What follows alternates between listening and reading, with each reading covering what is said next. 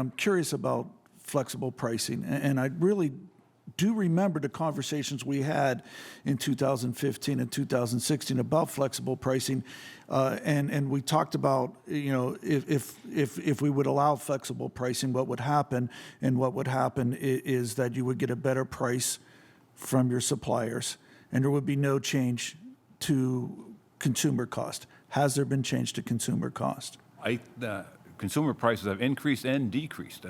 This whole flexible pricing perpetual discussion that we have, you know, obviously our transfer has increased from $80 million to $185 million. And that was based on the ability of Act 39, and there were several other things other than flexible pricing. Oh yeah, I was just going to say that, and we also have the industry coming in with spas, with sales. We all raising prices, lowering prices. Our auctions that we received in Act 39. There's many multitude of things that have allowed us to increase our revenue by over $100 million. So how, I'm sorry. Has there been an increase in prices for the consumers? Not across the board. So when you went to negotiate price changes with suppliers, and you could not, if you could not secure price changes from your suppliers, you didn't increase prices. You kept the same profit margin. No.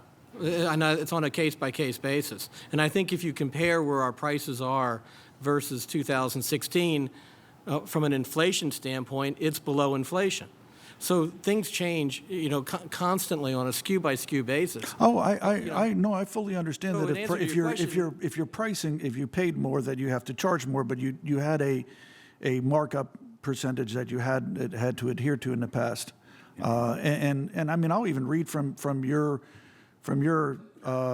profit enhancement concepts. If PA could obtain pricing like Virginia does and maintain current shelf price, we would increase our gross profit by $2.27 a bottle without any increase in prices paid by consumers.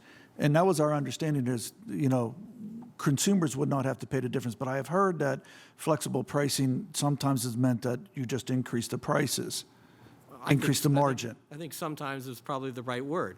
I mean, every SKU is different in every market. So the Jack Daniels, I believe, was the example that we used. Maybe it wasn't identified as such. Right now, but okay, but in that particular case, we presented the example that if we got Virginia's price, and if the pricing did not increase based upon the number of bottles that we typically sell in a year, this is how much more money we would have gotten. Yeah, and I believe the conversation was, we will get more revenue. That was always, and understanding the more revenue, the more profits that would come as well. So, and your gross margin has increased over the last 3 years, has it not? Is that correct, Charlie? It's about 1% increase, would you say? All right. So 1%, so that's pretty much where we're making ability to make the $180 million transfer, where before we were dipping into reserves to make it. Is that correct? We're transferring less. Yeah, we were transferring a lot less. And keep in mind to our gross margin, we're making more margin at retail. We're selling more at wholesale, which is at 10% less. And in the case of special orders, that margin went from 20% to 10% as well. That's a $100 million business. So there's a variety of things that have brought our margin down.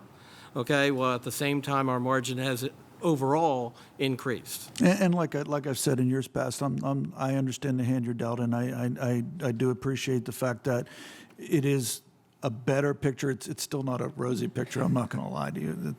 It's still a scary picture, but I do appreciate what you're doing. But I do want to make sure that my understanding always is that the only price increases that were going to come were going to be because of natural inflation, no other forces. I'm not price sure. Increases, because so the profit margin you were supposed to, the additional dollars you were supposed to get from flexible pricing was solely on the savings you were going to get from your suppliers. But a lot of times the industry comes in with a price increase. They want, and I understand that. Yeah. That I understand. I'm not arguing that. I mean, so that's what I said. The only price increases consumers would be inflationary ones, which would be price increases from suppliers. So have we increased prices when we didn't have an increase from our suppliers? Yes. Yes. Okay. Thank you.